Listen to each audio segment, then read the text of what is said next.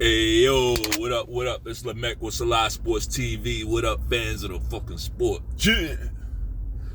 Hey, so the Ravens, we came away with a big win yesterday. It was at home against the Los Angeles Rams. On paper, um, the Rams didn't look like a great team, right? They didn't look like a great team on paper. They looked like a pretty bang average team. And maybe they are, but the thing about the Rams is they were on a 3-game winning streak, right? So it doesn't matter what we see them as. They weren't seeing themselves as an average team. They were making a push for the playoffs, and maybe they still are, right? This is not going to be one of those seasons where teams run away with it, right? It's a lot of teams still in the mix, and the Rams are one of them. We got a pretty good showing from that team, and as far as like they did a lot of scheme shit on offense, kept us guessing. They start off banging off with the running game. They probably got away from it a little too early, but hey, we're not here for the fucking Rams, right? Great. I'll say it was a good win for the Ravens. Little disjointed at times. Our offense had to pull us through this one, but it was a good win. It's a tight win. You cannot have losses like this one. With the schedule that we have remaining, you can't afford to lose to the Rams. Whether it doesn't matter what you consider them. Good team, bad team, average team. The fact that it matters, you can't lose to them with the schedule we have left. Well, what is the schedule we got left? We have Jacksonville, right? Ravens play Jacksonville coming up. After that, I want to say after the Jacksonville game, maybe Miami, Jacksonville, Miami, the 49ers, right? And the Steelers. These are all games we just gotta have. Steelers, we'll see how big a game that is by the time we have it. We'll see. But it's the Steelers. Like, we don't want to get swept by the Steelers. We already lost one to them. Right? The Steelers that's like a whole separate thing, right? That's like a whole separate thing. If you're from Baltimore, you just want to beat the Steelers. It doesn't really matter what the fuck they got going on. It doesn't matter your schedule or their schedule. You just want to beat them every single time, right? So let's talk about the game yesterday. Like I said, I think we started off a little disjointed, especially defensively. The Rams, they were committed to the run. I think they ran the ball like 9-10 straight times. And quiet as kept, that's really the blueprint for the Ravens. If you can stay in a close game with the Ravens, it seems like that might be the weak spot. Like running the ball, and not, on the outside, like running it up the middle. Running it up the middle is something that opponents that we've struggled with, the ones we've struggled with, that's what they've done. Lining up to pass. Like, the Ravens are set up to get a lead to where you have to pass and then go after your quarterback.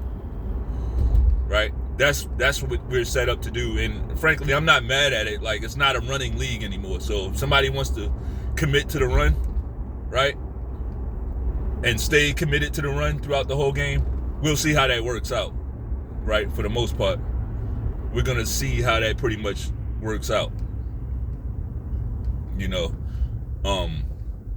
I take our offense against anybody else's that type of offense any day of the week. Let's talk about the obvious. Lamar Jackson, I thought he played fairly well. There will always be a couple throws here and there that he's gonna not make. I mean, because he's not perfect, right?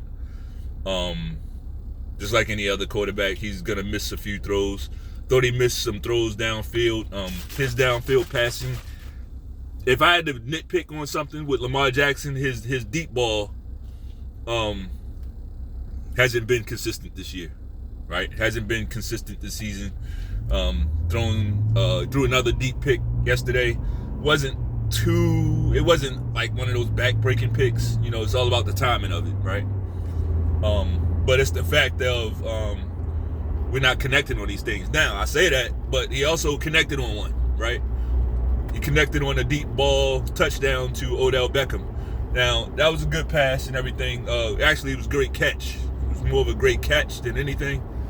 But I'll say even on that pass, that ball could have been thrown a little bit better. Like I said, this is nitpicking. So, definitely not hating on Lamar Jackson, nothing like that. But if I had to nitpick, it would be that. I thought the Ravens picked up the blitz pretty well compared to previous weeks, right? Previous weeks we were really struggling picking up those blitzes and getting the ball out. At least Lamar was able to pick them up and throw the ball away, right? That was especially in some of the losses that we had, like him just having the willingness to throw the ball away. That wasn't there. So I see that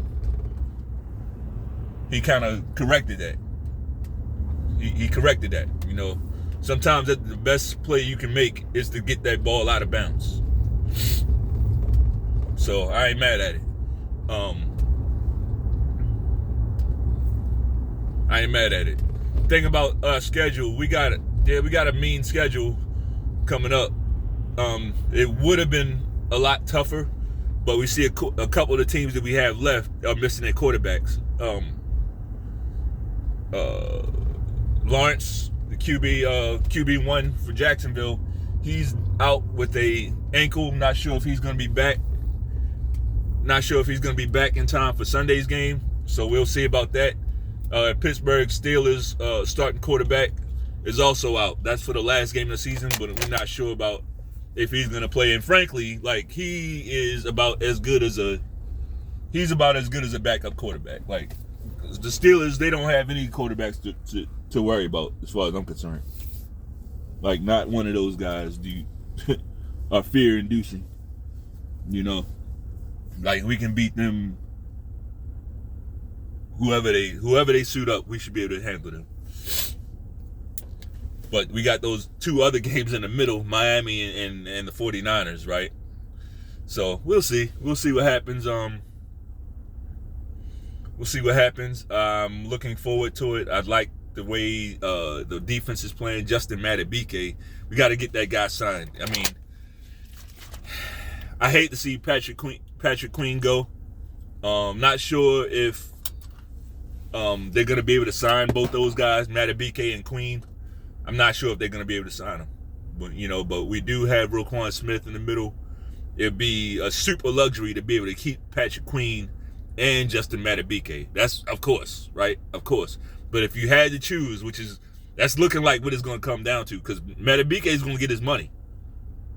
Justin Madubuike is going to get his fucking money. And guess what? Patrick Queen is going to get his money too. Now, do I see the Ravens paying both those guys? I don't. But if it were up to me, and it's not, like, I'm going to take that inside, that defensive line guy. Right? I'm going to take that defensive line guy that can pretty much play anywhere. He can line up anywhere. Patrick Queen is very valuable too. But that's when you gotta realize you got a Roquan Smith.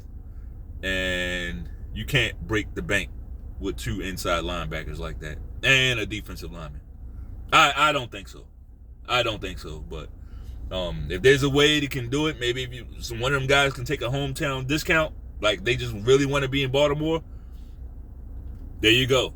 But I don't see that. Like the NFL, these guys know they have a certain window to make their money, basically.